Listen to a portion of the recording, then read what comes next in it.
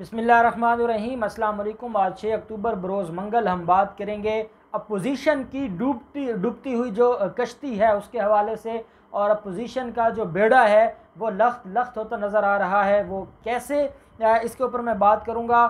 एक तो Pakistan island development जो ऑर्डीनेंस 2020 है उसके ऊपर जो अब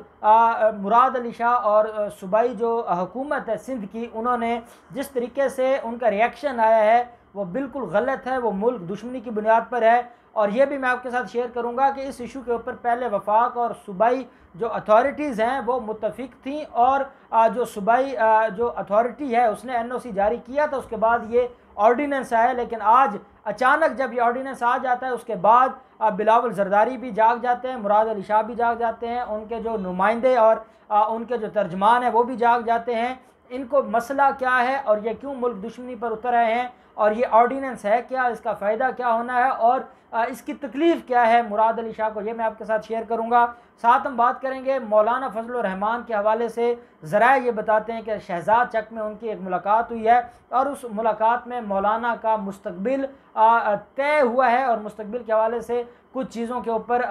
एग्री हुए हैं। वो क्या मुलाकात है, उसकी अंदरूनी कहानी क्या है, ये भी मैं आपके साथ शेयर करूँगा। और आखिर पर हम बात करेंगे कि PMD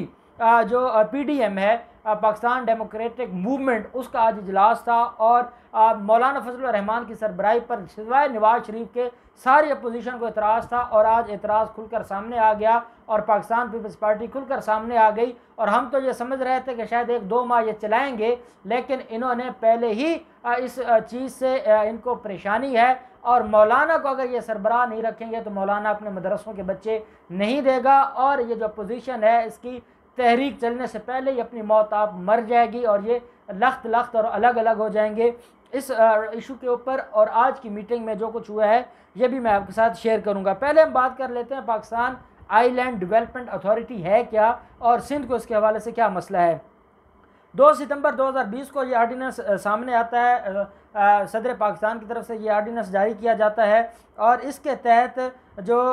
टेरिटोरियल वाटर्स एंड मेरी टाइम रूजून्स एक्ट है 1976 के ज़ेर तमाम साहली इलाके वफाक की मलकियत होंगे। जो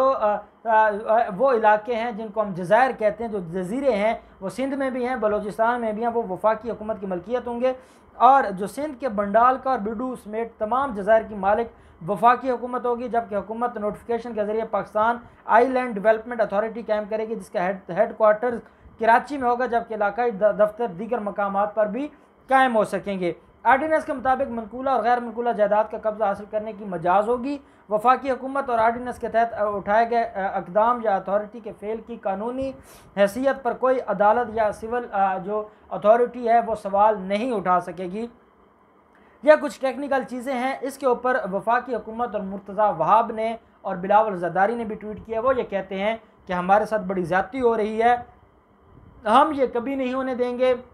हम जज़ायर पर कब्ज़ा नहीं होने देंगे। और वो कहते ये हैं कि जज़ायर पर कब्ज़ा हो गया तो उसकी वजह से जो माहीगीर वहाँ पर रहते हैं तो वो उनको बड़ी परेशानी होगी और उनके लिए बड़े मसाइल होंगे, और हम उनको किसी भी तरह की परेशानी में नहीं देख सकते। अब ये कौन कह रहा है, ये वो सिंध हुकूमत कह रही है जो पिछले कई दिनों से बहरिया टाउन के लिए ज़मीन एक्वायर करने के लिए बहरिया टाउन के गुंडों के साथ मिलकर सिंध पुलिस पूरे के पूरे गांव खाली करवा दिए हैं, और इन्होंने लोगों के घर तबाह कर दिए हैं, लोगों का रहन सहन, लोगों के जो मलकियत थी, जो प्रॉपर्टी थी, सारी के ऊपर कब्जा कर लिया है। और इनको वहाँ पर ना ह्यूमन राइट्स नज़र आए हैं, ना वहाँ पर इनको कोई और इशू नज़र आया है, और जहाँ पर कोई पाकिस्तान के हक़ में कोई फ़ैसला हो रहा है और ऐसी जो अथॉरिटीज़ हैं वो वहाँ पर जो समंदर के अंदर की दुनिया है उसको कंट्रोल करने के लिए और पाकिस्तान के दिफा को मजबूत करने के लिए और पाकिस्तान की तरक्की के लिए अगर कोई काम होने लगा है। पहले इनको तकलीफ़ नहीं थी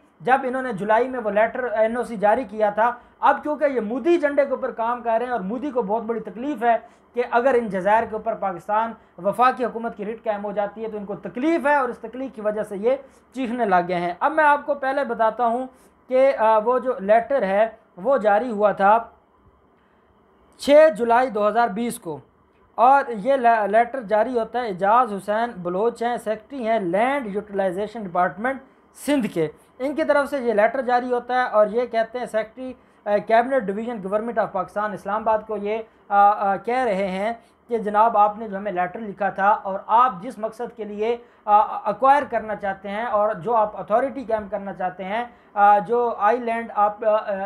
डेवलपमेंट अथॉरिटी बनाना चाहते हैं, वो हमने लेटर आपका देखा है और हमें इस चीज़ के ऊपर कोई एतराज़ नहीं है। अगर फेडरल गवर्नमेंट इन सारे मामलात को देखना चाहती है तो वो ज़रूर देखे, बस सिर्फ ये है कि वहाँ पर जो माहीगीर हैं या वहाँ पर रहने वाले हैं उनके हकूक़ का ख्याल रखा जाए। अब ये इनका लेटर है। आज ये जब आकर मीडिया के सामने झूठ बोल रहे हैं और ये कहते हैं कि हम इस ऑर्डिनेंस को नहीं मानते, ये ज़्यादती हो गई है, ये सिंध के हकूक़ के ऊपर और बलूचिस्तान के हकूक़ के ऊपर कब्ज़ा है, और साथ कहते हैं कि यही काम पहले उन्होंने किया था जो मोदी है कश्मीर में, वहाँ पर ज़मीन एक्वायर की थी अपनी मर्ज़ी से, और अब ये करने लगे हैं, तो इनमें और उनमें क्या फ़र्क रह गया। इस हद तक ये मुल्क दुश्मनी में चले गए हैं कि हम सोच भी नहीं सकते, कि इंसान परेशान हो जाता है कि ये कहाँ मोदी जो जिसने मुसलमानों का खून पिया है और जिसके हाथ मुसलमानों के खून से रंगे हुए हैं, और कहाँ पाकिस्तान की हुकूमत ये वहाँ ले जाते हैं। इतने ये जालिम लोग हैं। तो ये जो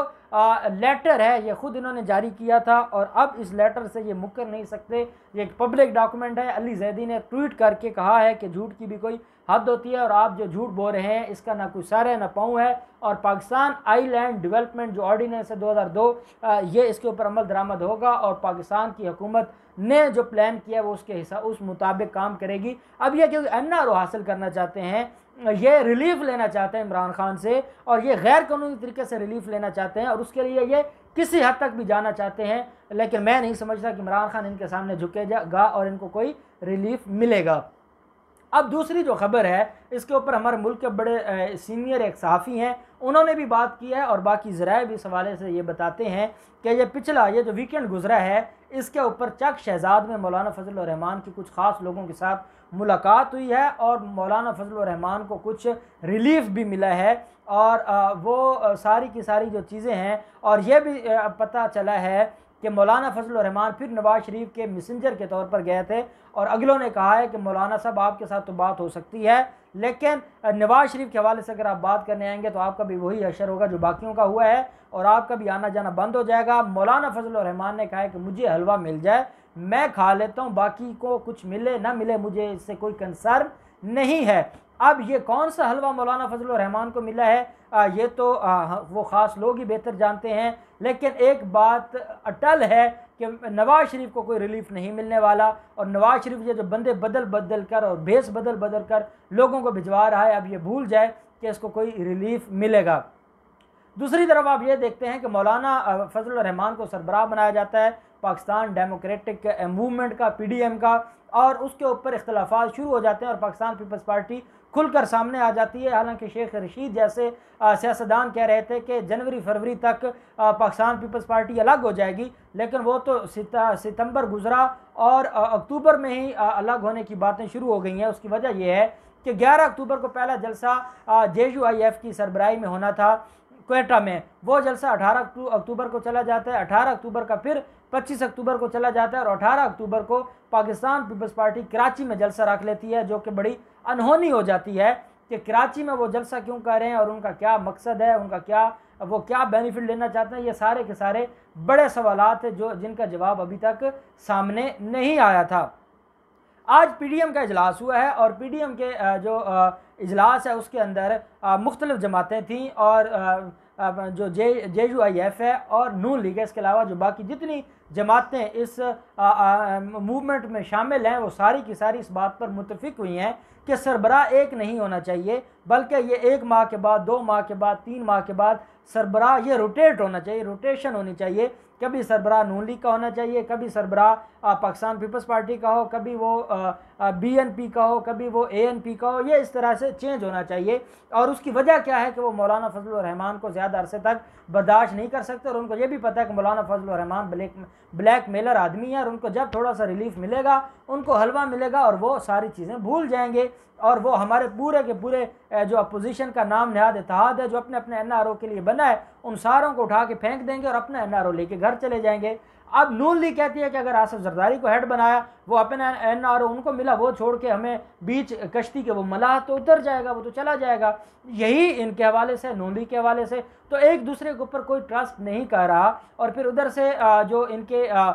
कमेटी बनाई गई है, टीम बनाई गई है, उसमें एहसन इकबाल सदर हैं, सेक्रेटरी बना दिया शायद खकान अब्बासी को। अब इसके ऊपर भी सवाल उठ गए हैं कि अगर सारे ओहदों पर नून लीग ने आना है, और नून लीग का जो जद अमजद है, जो उनका जो बड़ा है वो मौलाना फजलुर रहमान है नज़रियाती तौर पर, अब वो जो है वो सारे के सारे जो मामलात हैं उसके ऊपर ये सारी चीज़ें होने लग गई हैं। अब मैं इसके ऊपर जद अमजद का मैंने वर्ड यूज़ किया है, अगर इसमें कोई हो तो उसके ऊपर मैं माफ़ी मांगता हूँ। कहने का मकसद यह है कि जो बड़ा है, जिसको उन्होंने बड़ा बना दिया है, वो अगर उसका नज़रियाती जो बड़ा है वो मौलाना फजलुर रहमान है, वो सरबराह हो, सदर हूँ एहसन इकबाल, सेक्रेटरी हो शायद खकान अब्बासी, तो फिर ना पाकिस्तान पीपल्स पार्टी के हाथ कुछ आएगा ना बाकी लोगों के कुछ हाथ आएगा। तो अब क्योंकि इनका अपना अपना एजेंडा है, इनका अपना अपना ये NRO मांगने के लिए आए हैं, और ये अपने अपने मकासद के लिए आते हैं, और ये अपने अपने मफादात के लिए काम करते हैं, और इनका कोई और एजेंडा नहीं है। और ये इतने एक दूसरे, और ये शेख रशीद ने भी ये बात की है, और ये सारी दुनिया जानती है, और ये माजी है कि जब जैसे ही इलेक्शन आएगा ये एक दूसरे को गालियां देंगे, जैसे ही इलेक्शन आएगा ये एक दूसरे के हरीफ बन जाएंगे। उसकी वजह यह है कि इस वक्त ये बुग़्ज़ इमरान, बुग़्ज़ फ़ौज में और बुग़्ज़ बाजवा में ये इकट्ठे हो गए हैं, लेकिन अल्टीमेटली इन्होंने दोबारा एक दूसरे के गले पकड़ना है। और जैसा शहबाज शरीफ कहते थे कि मैं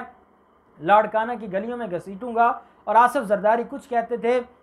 नवाज शरीफ कुछ कहते थे, और ख्वाजा आसिफ तो अभी तक कह रहे हैं। तो अब ये जो सारे के सारे मामलात हैं, इनमें कोई बेहतरी आने वाली नहीं है। अपोजिशन पहले भी नाकाम थी और अब भी नाकाम होगी, और इस अपोजिशन के जो इत्तेहाद है इसमें से कुछ नहीं निकलेगा सिवाय मायूसी के। और कौम अब इनको जान चुकी है, और अब इन पर कोई मज़ीद ट्रस्ट नहीं करेगा। अल्लाह पाक पाकिस्तान का हामी नासिर हो। बहुत शुक्रिया। अल्लाह हाफ़िज़। पाकिस्तान जिंदाबाद।